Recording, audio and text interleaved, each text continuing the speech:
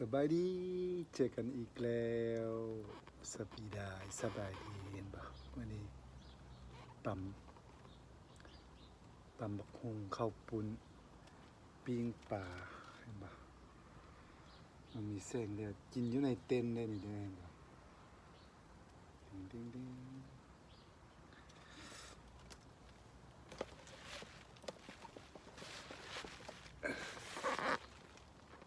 ์โอเควันนี้กินอยู่ในเต็นท์กินอยู่ส่วนหลังบ้านมาเด้อบ่ปิ้งปลาตำบักฮุงกับปุ้นเคี่ยวหมูหน่อยนึงไปลงมือกินเลยหิวก็มีผักกับ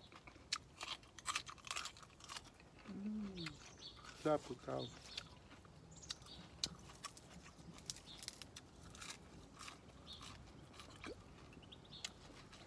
อากาศดีมันเนี่ย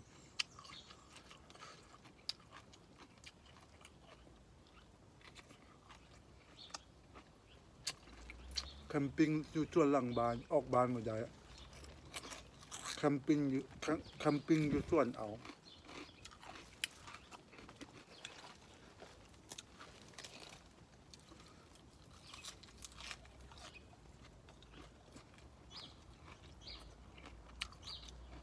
เต้นน้อยข่อยครับ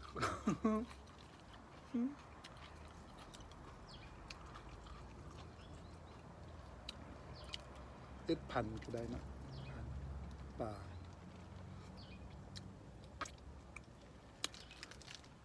$1มาให้มา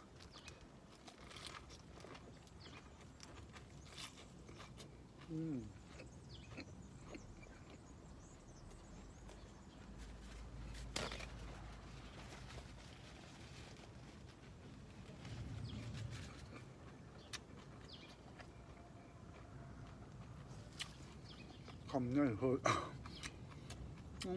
จับพี่น้องมั้งบรรยากาศก็ให้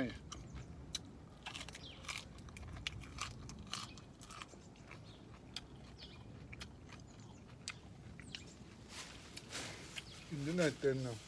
บอกเต็นน้อย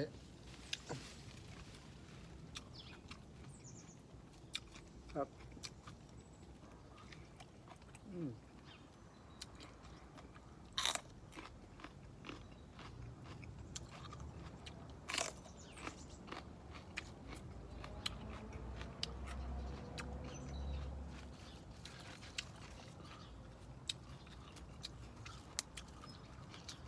กินยำได้ก็แซ่บคือเก่า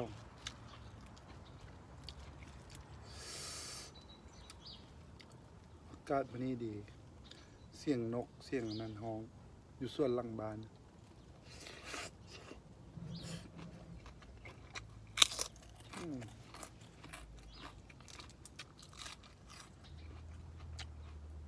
แต่ก็มีลมหน่อยนึง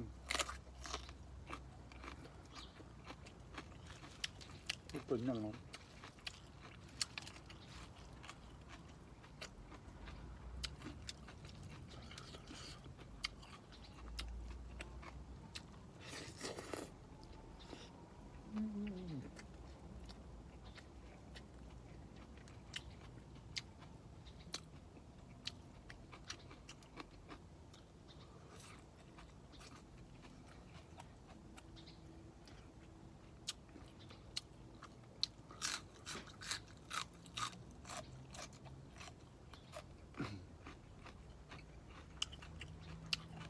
ครับ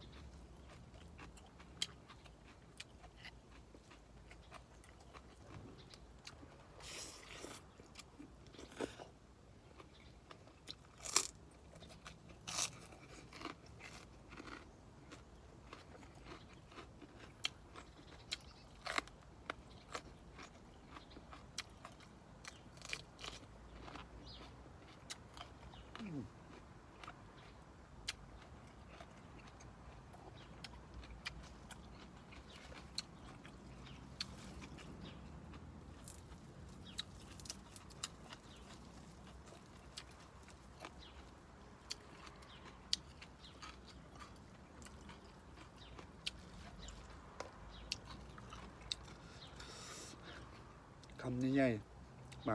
มาเด้อ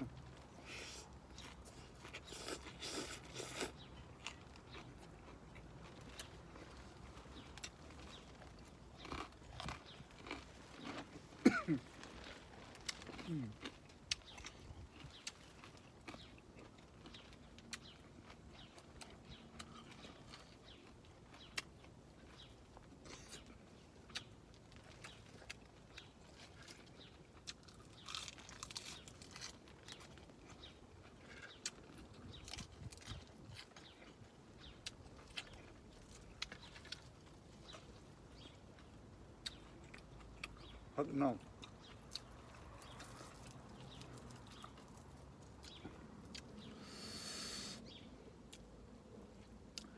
มื้อนี้บ่เฮ็ดเผ็ดปานใดมื้อนั้นเกือบตายเผ็ดแฮง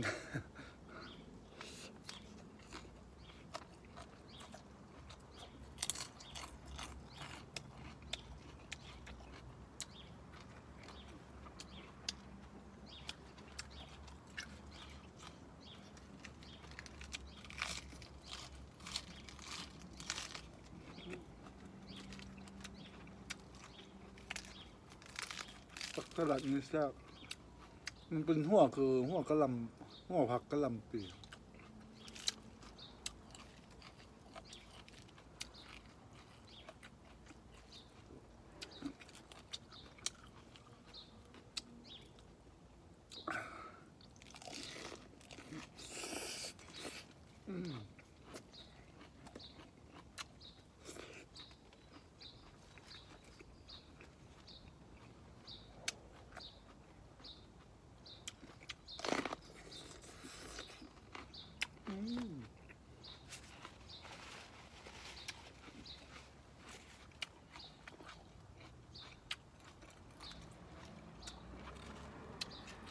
น้ำก่อน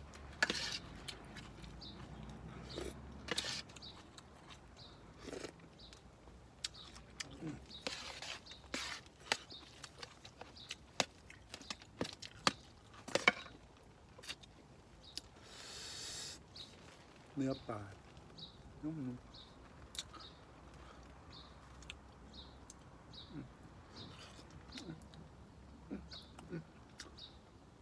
จากขาแค้วจาก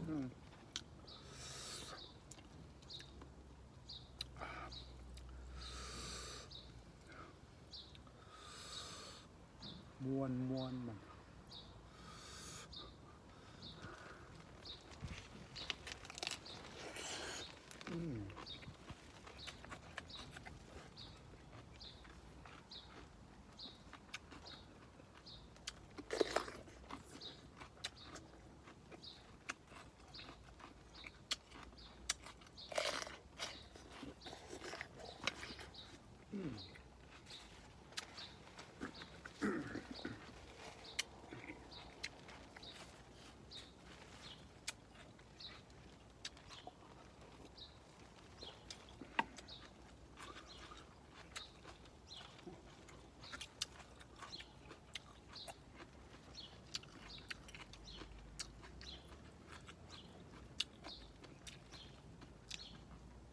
ใส่บักกอกใส่น้ำปู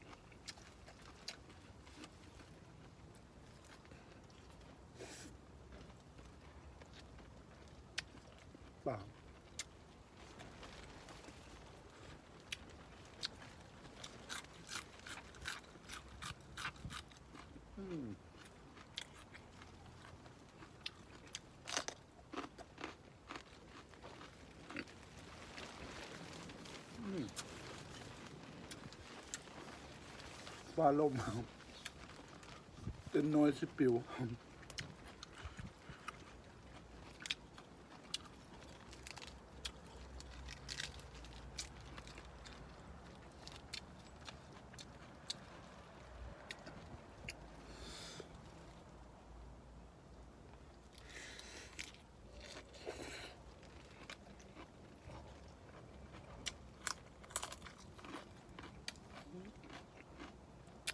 ครับ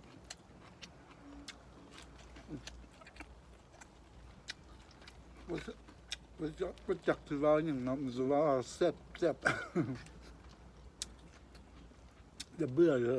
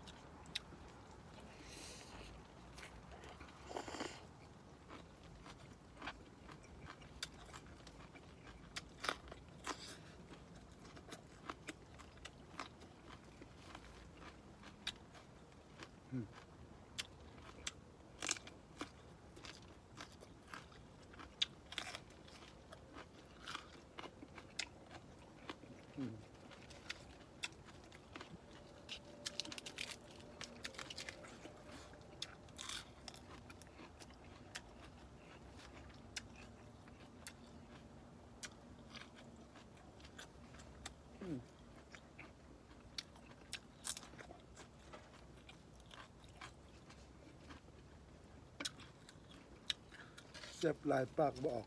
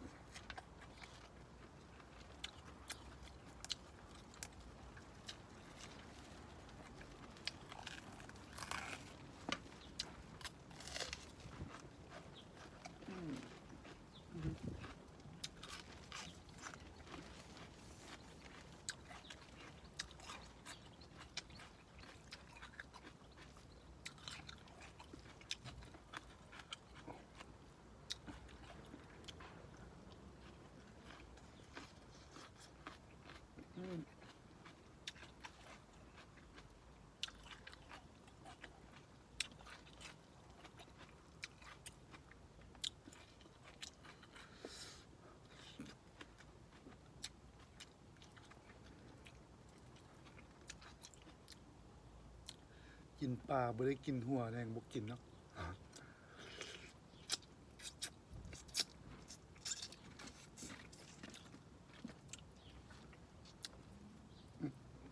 อันนี้ไปนี่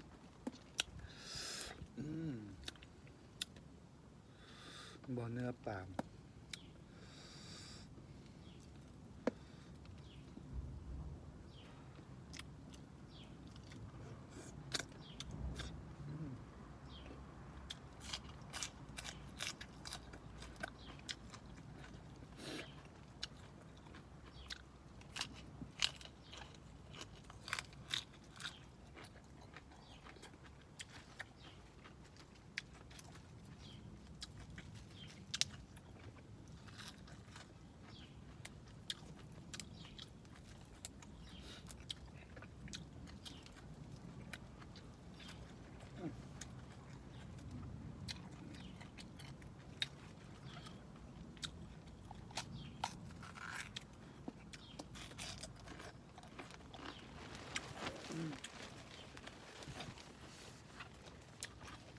ฟ้าลง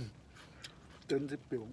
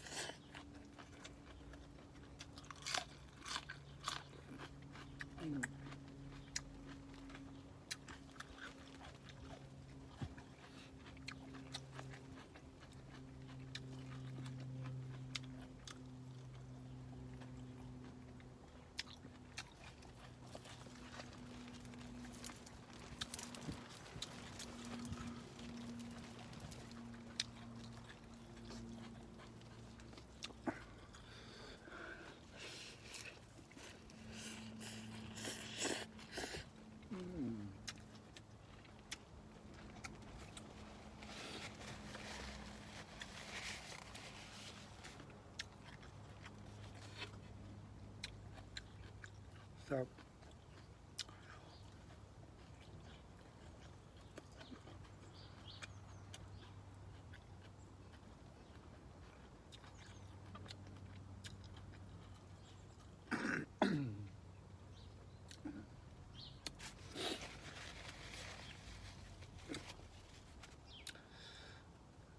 วันนี้เอาไว้ทำนี่เนาะมื้อหน้าเจอกันใหม่ในคลิปหน้าเด้อ โอเคบายบายชี